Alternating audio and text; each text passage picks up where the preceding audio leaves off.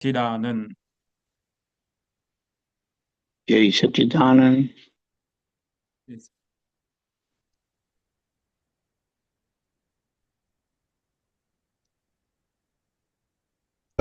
Spur સ્વંધ્યા જગના rehearsal થઈ ગયા પૂર્વે, જે ડ્રામા આજ દેખો છો તે પાત્રો જ્યોતિ છે સર્વે.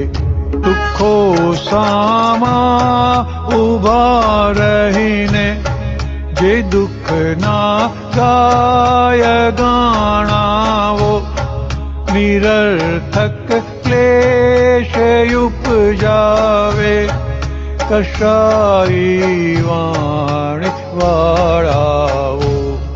બિલીફો રોંગમાં ભળતા દુઃખોના વર્ણનો કરનાર, બેયાની દુઃખ વધારીને કરે સોળ આની મન સંસાર. યર્લી ઓફ રિલેટિવની ન જાણી તો જીવન છે ધૂળ, વધુ ખેંચોથી તૂટે છે સુપરફ્લુઅસતા મૂળ દસ્તુર. લિમિટ છે બાહ્ય તકલીફની, દુઃખોની શોધી રહ્યો વ્યાખ્યા. સીમા કર ભૌતિકી ચીજે છે નોર્મા પ્રીતિ સુખ વ્યાખ્યા. ઉઘાડી આંખે અંધું છે જગતનું ભ્રાંતિનું ભૂસું, હિતાહિત પાન વિનાનું ક્ષીરાગો દ્વેષી અજ્ઞાસ્તુ. તમે જ્યાં છો નહીં ત્યાં દુઃખ, તમે છો ત્યાં છે કાયમ સુખ.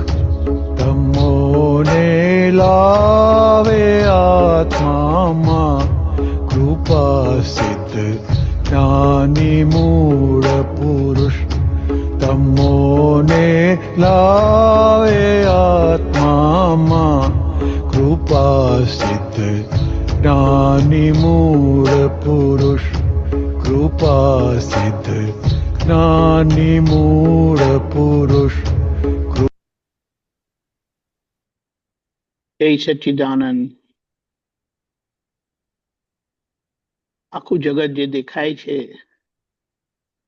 તે બે જ વસ્તુ છે, પૂતગલ અને આત્મા. અને બીજું કેવું હોય તો આત્મા અને સંજોગો. આત્મા કશે ક્યારે આડે આવતો નથી, આત્મા ક્યારે કોઈને નડતો નથી, પણ જે બધું થાય છે તે બધું સંજોગોમાં છે.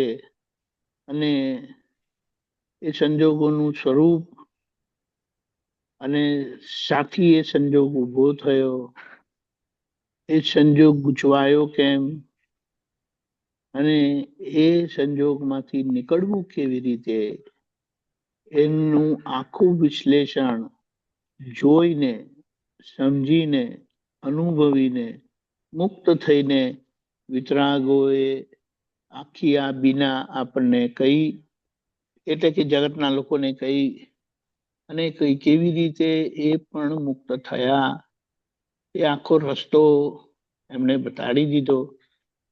વ્યવહાર અને વ્યવહારનું સ્વરૂપ એક બે પોઈન્ટ આપણે અહીંયા જોઈએ કે પહેલા તો દુઃખ કોને કહેવું, દુઃખની વ્યાખ્યા સરસ કરી આપી કે જેનો ઉપાય છે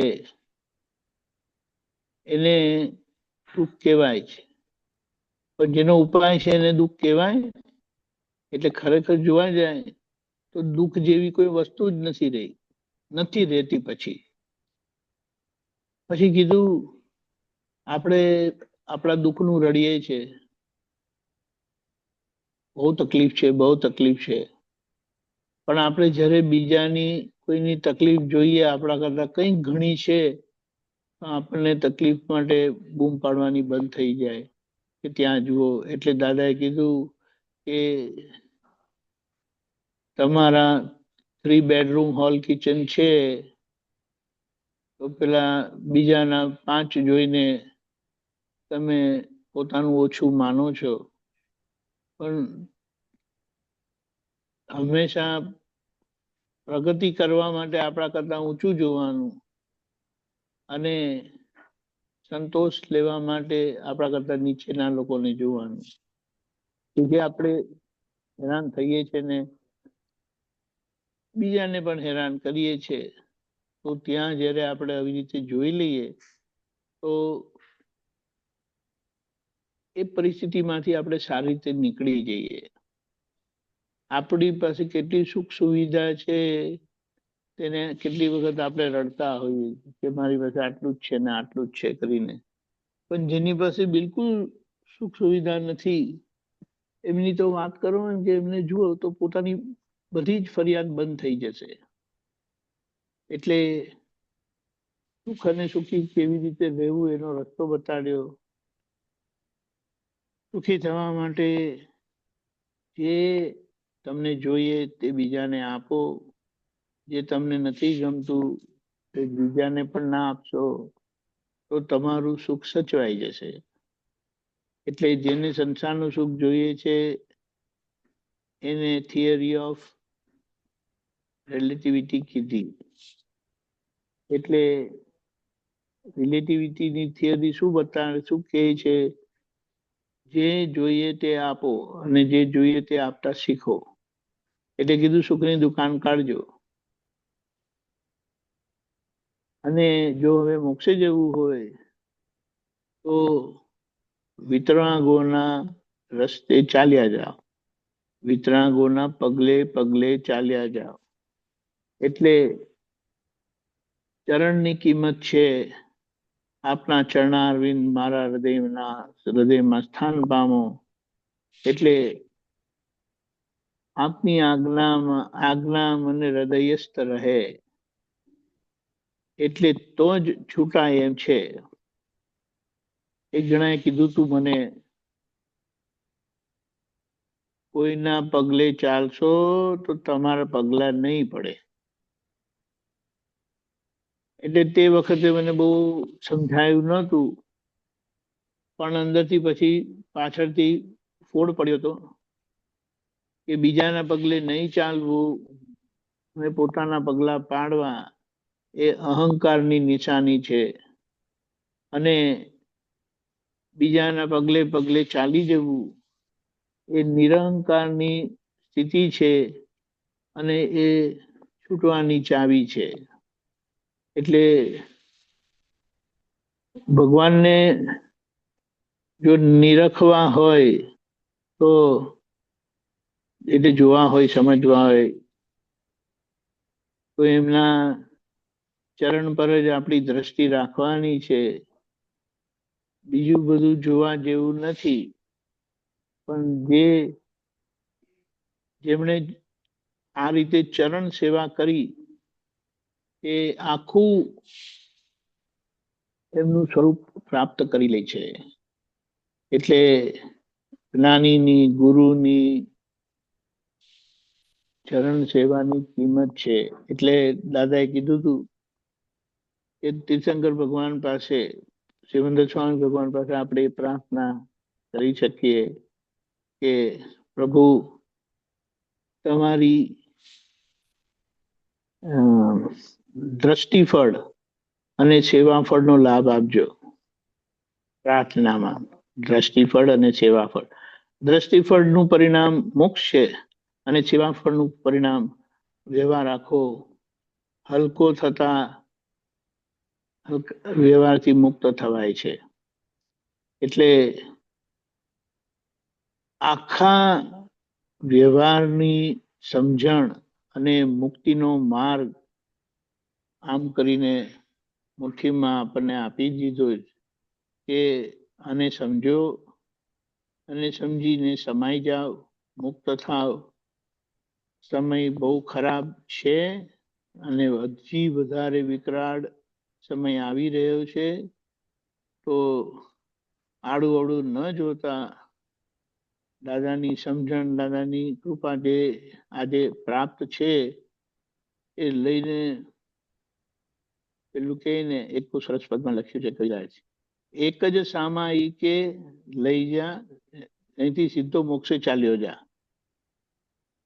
એટલે દાદાની આ એક સામાયિકનું ફળ મોક્ષ છે અને એ આપણને પ્રાપ્ત થયું છે. તો હવે એનું પરિણામ ક્યાં આવવું ઘટે. આપણા ઘરના લોકો એમના પ્રત્યે બધી જ ફરિયાદ બંધ. એમને આપણે એમ કહીએ તમારા માટે કોઈ ફરિયાદ નથી અને એમની બધી જ ભૂલો માફ. આજ લગી થઈ હતી, આજ લગી જે પણ બધું થયું હતું એ બધું માફ, ક્લિયર. હવે તમારી પાસે કોઈ લેવા દેવાનું રહ્યું નથી. મારે બસ આપવાનું જ છે. બોલો. એટલે જે આપતા શીખી ગયા એ મુક્ત થઈ જાય છે. અને દાદાએ અને બધા મોટા પુરુષો, કૃષ્ણ ભગવાન, રામ ભગવાન, મહાવીર ભગવાન, આ બધાનું જીવન આપણે જોઈએ તો એમણે આપીને છૂટી ગયા છે.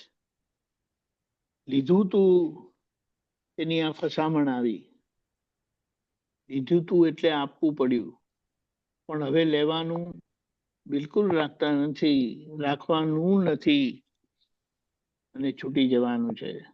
તો એનો લાભ લેવાનો છે આપણે. અને આ પદ આપણને બહુ સરસ સ્પષ્ટ કરે છે કે આ વ્યવહારનું સ્વરૂપ અને એમાંથી છૂટવાનો રસ્તો અને કેવી રીતે આપણે બધા જોડે પ્રેમ સ્વરૂપ થઈને મુક્ત થઈ જઈએ. જય સચ્ચિદાનંદ.